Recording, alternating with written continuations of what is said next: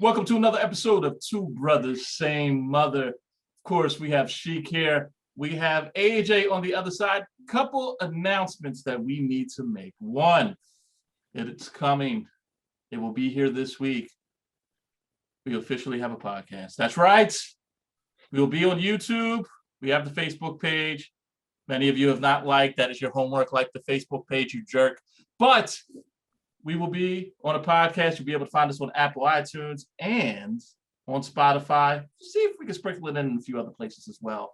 But just thought a lot of people who, like to listen, don't get a chance to watch, you'll have that option to check us out on the podcast. It's going to be pretty much anywhere you can get podcasts. So it's going to be pretty awesome.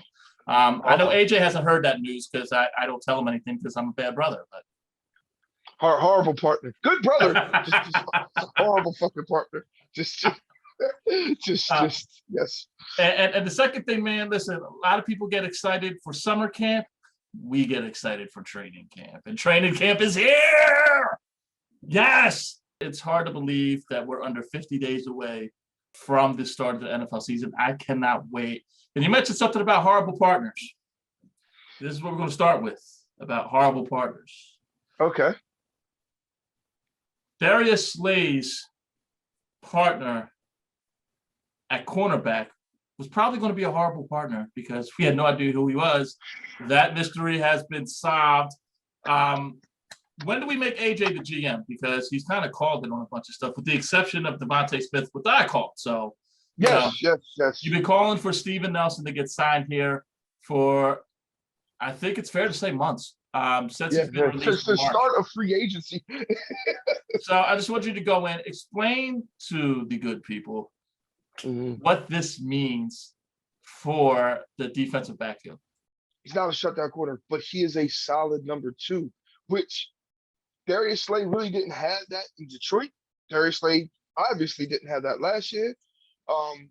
We were looking at whether it was Zach, whatever you want to call him, McPherson. There was even rumors of McPherson playing nickel and Avonte Maddox playing outside, which I'm a Avonte Maddox fan, but he does not belong outside.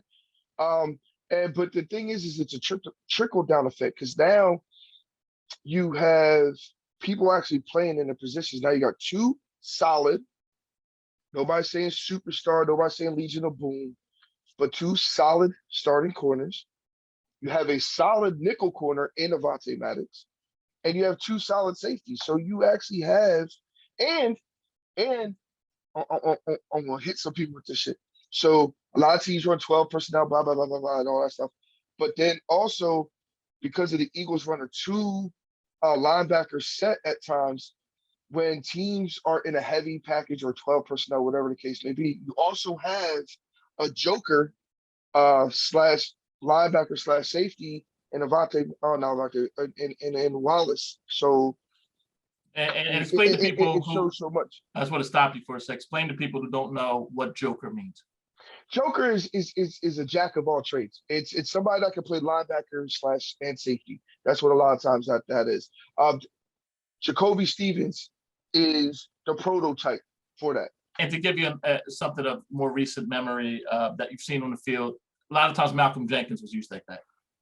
Picture Hunter Smith. So, yeah, if you watch that Minnesota defense and you saw the way that they utilize, basically the wild card of the defense that can drop back, that can hit hard, surefire tackler, but also can keep up with people and maybe they're not going to be able to, pick off a bunch of passes, but can deflect stuff. And Right. Isn't a liability, but it's fun. A lot of teams are starting to go to that. Well, suddenly it seems like the defensive backfield with it's going to be Anthony Harris and Ronnie McLeod, assuming McLeod's healthy enough to start. Steven Nelson and Darius Slay, as you pointed out, looks a lot more respectable. We actually have something that might be a middle of the pack defensive backfield in the NFL. And if they play well, maybe even top 10, but that's not, when I say that, I mean attributes on paper. You're looking at somebody that's probably in the 15 to 20 range of defensive backfields. But I think we've had enough of, on paper, we look great, and then we don't. It'd be nice to have the opposite for a change, Yeah. I mean, I think even on paper, we look we look decent. And that was just really the major glaring hole because we had Wilson at linebacker. We actually had a legit middle linebacker. So Right. Eric uh, Wilson. Eric Wilson, yeah. So uh, that that really wasn't as glaring as a whole as people were making it seem. Before this move, I feel like people were being high on the Eagles, but to say that they would finish third in the division or even fourth in the division, so long as the Redskins, or excuse me, the Washington football team and Mhm. the Giants and the Cowboys also could step up. There was the thought that this division could go back to being the NFC Beast, and the a team with 6 wins or 7 wins might be in the cellar. With this move, would you say now that this moves you off that 6.5 wins that you're expecting the Eagles to get now? If it did, it went from because I've been saying 7 wins. This may get you to 8. Okay. That's still one game's big for signing. Right, That's big. right. Since 1990, you could count on one hand the times that right before training camp we were saying that the Eagles had no shot to make the playoffs. I mean, if we're going to be real, um, Yeah, Andy's first year, Doug's first year, the first year with Kevin Cobb supposed to be the starter, where we did make the playoffs because Mike Vick ended up winning that job. right. Um, But I'm not gonna lie. 2010. All right, I got missed something. I ain't gonna lie. I thought Kevin Cobb was gonna be. I was actually not rooting. I was actually beating the drum of let's see what Kevin Cobb had because it was obvious that McNabb was on the downside of his career. So I right. was beating that drum to see, and I actually expected them to make the playoffs that year with Kevin Cobb.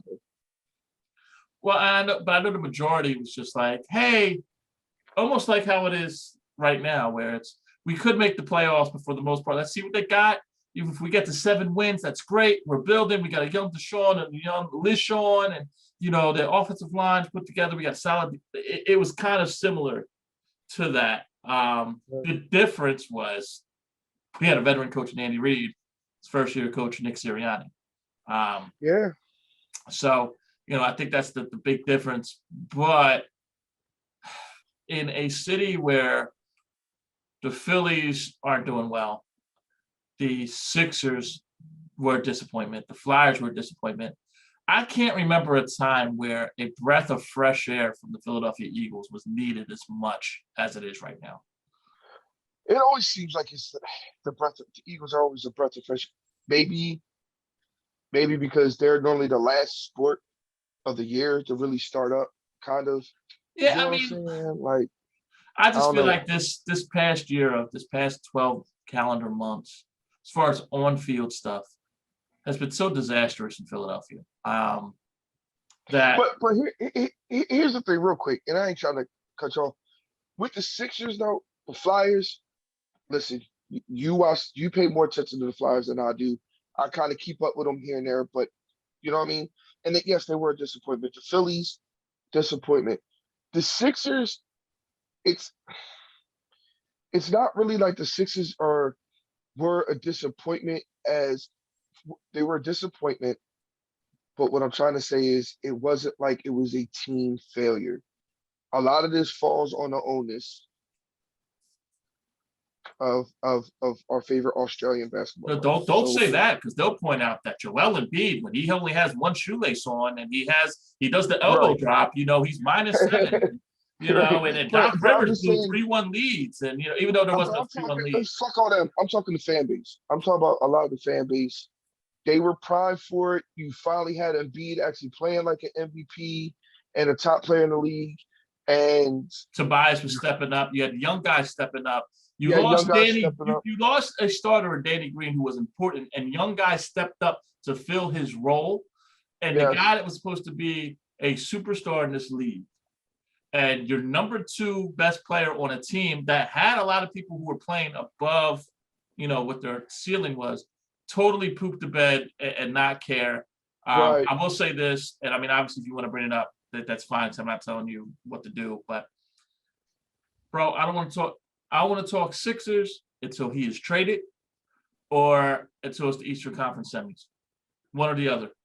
That's Oh, it. and listen, remember, right before the playoffs started, and we'll move on to the Eagles, people. Right, But right, right. remember, and you had asked me, it was early in the season, not early, I'm sorry. It was a couple months away from playoffs. And you said, man, It's the like Sixers April, are the yeah. #1 seed. And you were like, I just don't get the hype. And remember, I was like, that's because everybody's just waiting for the Eastern Conference Finals at this point.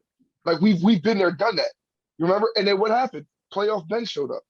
Like It just everybody else showed up, and it was just like it's playoff Ben. it reminded me a lot of kind of like the Eagles in '03, where everything was breaking your way. You know, you now with the Eagles with '03, it's the third time to go to NFC Championship game. You're at home. You're playing a Carolina team that probably shouldn't have been there. And then it's not just that you lost, it's how you lost, you know? And Yeah, the amount of teammates that were pissed off, not at a person per se. Now, in this case, it was a person with the Sixers. yeah. But I just remember Brian Dawkins not holding punches about how the offense can only get 3 points. And Dawk was not that player to do that. You know what I mean? Right. Um, but I do want to bring up there's one person that we always talked about firing that I think deserves a little bit of a golf clap. And that's what Howard Roseman. I would say he's had a pretty good offseason. Wouldn't you agree? I was actually thinking about this a little while ago, and he is actually setting this up. It's not 2017. I'm not comparing this team to that. But what I'm Easy. saying is the veteran signings that he's made this year, 2017, had a defensive end that was an all-pro at one point in time, but was supposed to be on a downsized career long. He did the same thing with Kerrigan this year. You had a defensive back in Ronald Darby that we needed a corner, and we had a Ronald Darby that didn't fit a system in Buffalo, and we got him the week of training camp. Steven Nelson. What I'm saying is it seems like Howie Roseman, with the youth movement that we've had, is signing key veterans. You know what I'm saying? Like has a couple key signing veterans of guys who are can still contribute and but also have been there, done that. You get what I'm saying? So it's a good mix. And when you're going into an off season where you have, and I'm talking after the season, when you have that good mix and get these younger guys with some of them experienced players, and then you turn around and then in 2022 you have all that money under the cap. You have 3 first-round draft picks. That's what I've been saying. That's what you make them so to yes, with the golf clap, agree with you because it seems like it's being built the right way. We're filling minor holes. We're not filling huge holes with free agency. Before we go on, so I'm gonna give a golf clap to Howie because I don't give a fuck what anybody say. Howie was behind this shit. The King Petty Award of the NFL goes to Howie Roseman. Are you talking about what I was going to get to with what's on your shirt and what's in front of the stadium? Yes. Yeah. Well, not what's on my shirt, but how you replace Carson Wentz poster with a poster of It's just a Nick trophy. Nick Foles' hands holding the trophy. That's a byproduct. It was just a trophy. Foles just happened to be holding it. Yo, Howie Roseman, King Petty. Yo, I was going to ask. I feel goes to the Philadelphia Eagles. Here's the thing, though. That was the 100% right move to do. When I not it's not about replacing Wentz per se. You never have to take that poster down if you don't want to. Right. Well, here's the thing. I personally, excuse me, I personally think they shouldn't have put the Super Bowl trophy up. Because we're going on season 4 now since we won that. I didn't take it as that. I took it as they're moving those posters that are on the outside into more celebrating the history as opposed to what's going on right now, present day. That's the way I took it. Now I could be 100% wrong, Right, right. but that's the way I took. Because if I'm the Eagles, what I do is that most of the posters you can't really make out too much of who it is per se out there. I honestly I replace. can, you can, I can, you can. Yeah. I mean, but I would personally replace all the posters with just historical stuff. You know what I mean? That's just me. I would have you got the poster of the Super Bowl and it doesn't have to be like obviously, but like if you had a poster up of Bill Berge and then a poster up of perfect example. Man's going in the Hall of Fame this year. Harold Carmichael, you should probably maybe outside of the stadium, something like that. Or you just decide to rotate it every year, in which case I agree with you with the Super Bowl trophy if that's what you do. But that's I what agree I'll with make it that. from historical. Maybe, like you said, the Ring of Honor guys on the Right. outside, or a tribute to the city.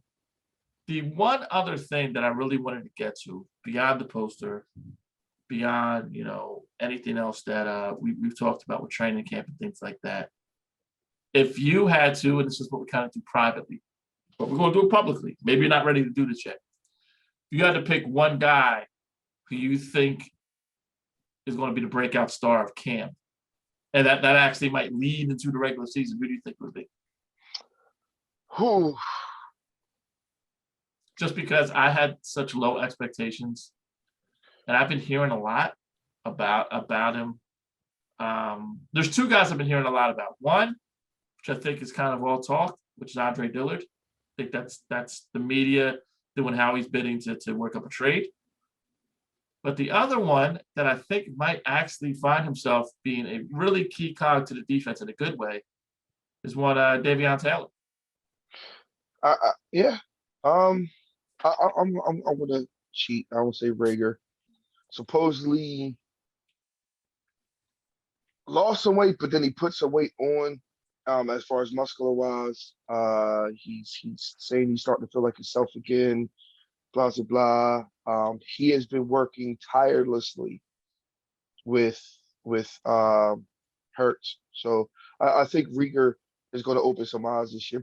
And also it helps that Devontae Smith, because so many people, even if Devontae Smith doesn't play, so many people are going to be so focused on Devontae Smith just to try to.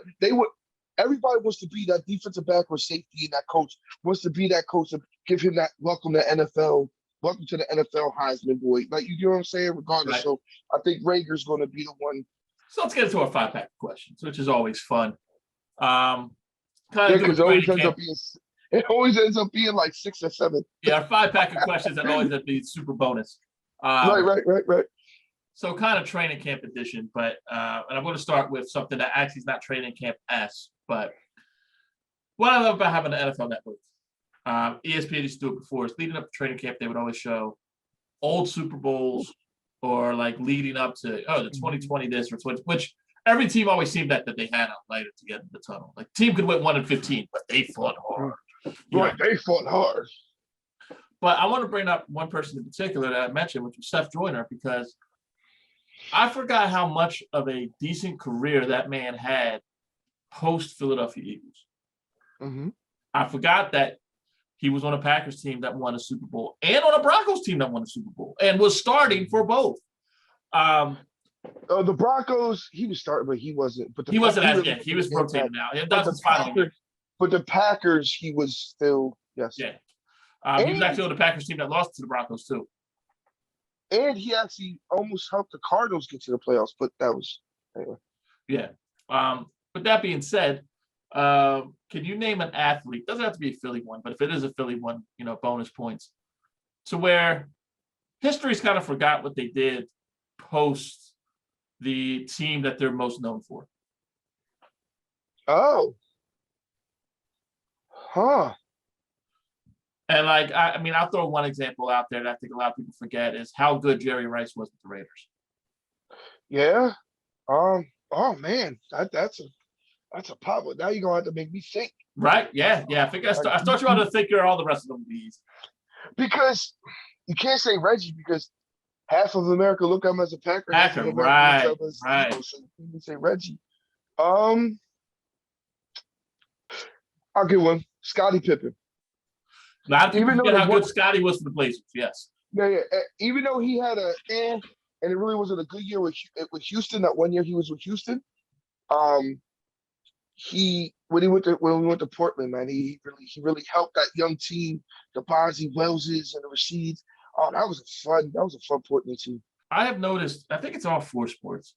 Maybe it's just me being an old man, but I don't think so because I've talked to younger people too, and they feel the same way. That the most popular players are coming across as just really annoying or crybabies. It seems like.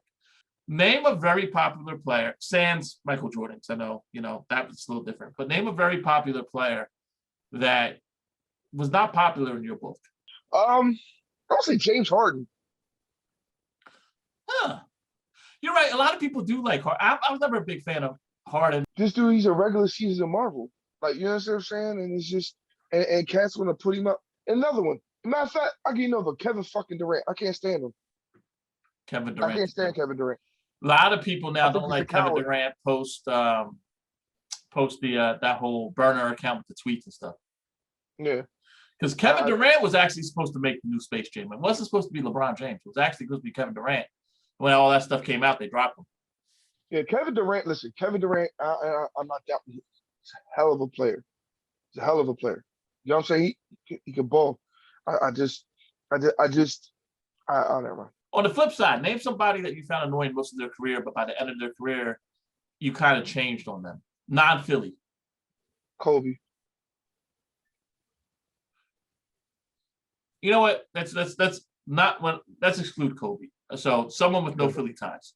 Okay, because I was gonna say I wasn't a fan of Kobe. The reason I said that, and then the last couple years, and Right. especially that last season, I actually became a Kobe fan. So, Right. um, And I bring this up because I don't know if you saw the social media thing with Tom Brady actually throwing the football into like kind of the jug machine and it was spitting it mhm, back out to him. Yeah, yes, obviously, he's not really doing that. He can't. There's no right. possible way he could. There is a slight tinge. It's like, but is he that good? But to me, it was kind of cool. It was kind of cool. Like it wasn't annoying. It was like that's kind of funny. That's the way I took it. You know when I actually liked Tom Brady, when I actually not liked him, but I was like, you know what? Was it him and Gronk when they went back to the Super Bowl? Yes. That's the thing. Tom Brady is someone. 2017, the Eagles beat the Patriots, and everybody was like, "It's over." The Eagles, everybody, league round. Thank you, Eagles, for the thing. And 2018, they were underdogs. They won. They're walking to the bus, and they're not saying anything. And they got "We Ain't Going Nowhere" playing in the background, and he's just shrugging his shoulders like this.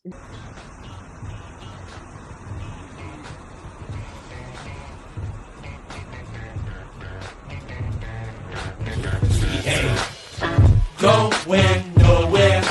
We ain't going nowhere. Ain't going nowhere. We can't be stopped now. Cause it's bad boy for life. With At Gronk. that moment, I was like,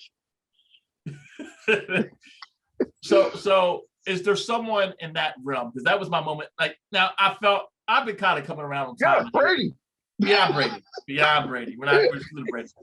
And anybody else you can think of where you dislike them for most of their career, and then by the end of their career, you're like, you know what, man, maybe I should have appreciated this guy more, or I actually like this guy.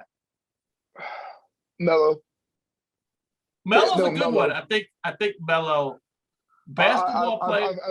because I thought he got lazy, and because I mean he was playing lazy ball, but then it seemed like when he had that year off and see how quick and then what he's done, like him, how hard he's playing in Portland. I like that. I respect him for that. Yeah, I give it to you, Melo. I forgive me, people. I was in New York, and for a brief period of time, although I didn't root for them over the Sixers, but the Sixers were going through the process and all that, and I was kind of pulling for the Knicks because they had Amari Stoudemire, and I was Right. a big Amari Stoudemire fan. And then Amari Stoudemire had him like the number one seed. Then they brought in Melo, and all of a sudden they expected Amari to change his whole game to bring him in, and he was all arrogant. So I had a personal thing against Carmelo Anthony. So I have to agree with you. Like the way Melo's, and to see how many people in the league appreciate him like that. Yeah, Melo's Right. he's a good example of that. Name a training camp moment out of football that sticks out in your mind at any point. You know what? I can't remember the kid's name, but you and I were there. He was having a killer. Like even national reporters were talking about the kid from Kansas State, the cornerback. I can't remember his name, and we were there, and he blew his knee out, and we never heard from him again. Yeah, that was sad. That was during Chip Kelly's year, right?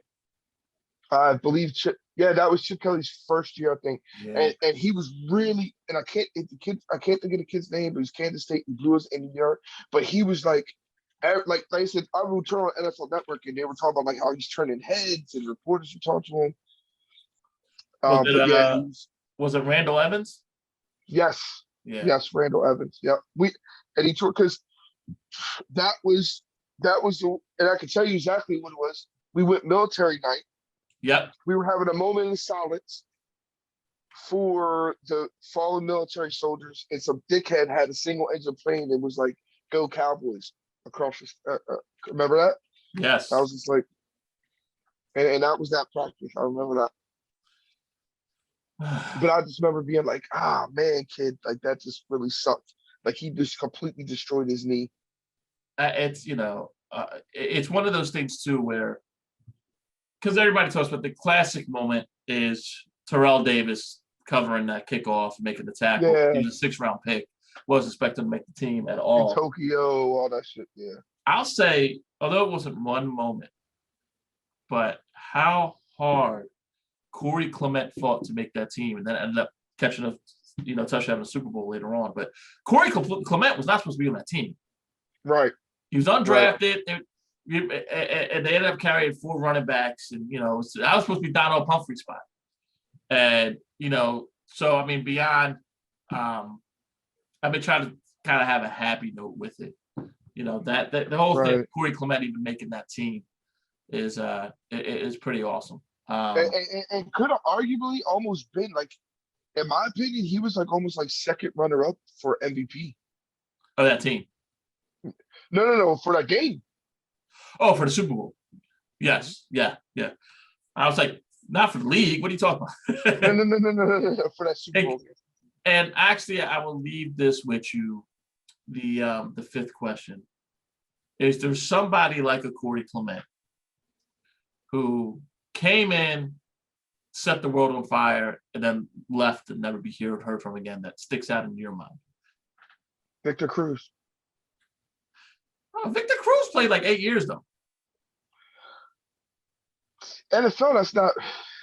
Yeah, that's You know what I mean? That's a long time. I mean, he had a really good career. He had an outstanding career, but then it was just like, it was like he came out, tore up or what you call it, like did his thing during the preseason, tore his knee out, was out the league for like 2 years, came back, had like a stellar, like you said, 6-7 year career, and then took a picture on a boat with Odell, and it was never heard from him. I mean, he played 7 seasons. That's what I'm saying. 7 years, and then he just disappeared. I was thinking more so Corey Clement, where he had one good year. Oh, you talking about like 2-3 years? That's it. Okay. You're Jeremy Lin in the NBA. Even though Jeremy Lin has had in this case, I guess that would fit with Victor Cruz because he's still playing in the league. But Jeremy Lin was the toast of the town, and all of a sudden now he's like 12th man on the bench. Right. Like 2 years later. High ride, grand opening, grand closing. Right. Ooh, man, there's so many. And I don't mean like Paul Turner, who everybody thought should start, and then he played 2 games, and no Nate Browns here. Yo, we was on that motherfucking Paul Turner train hard too.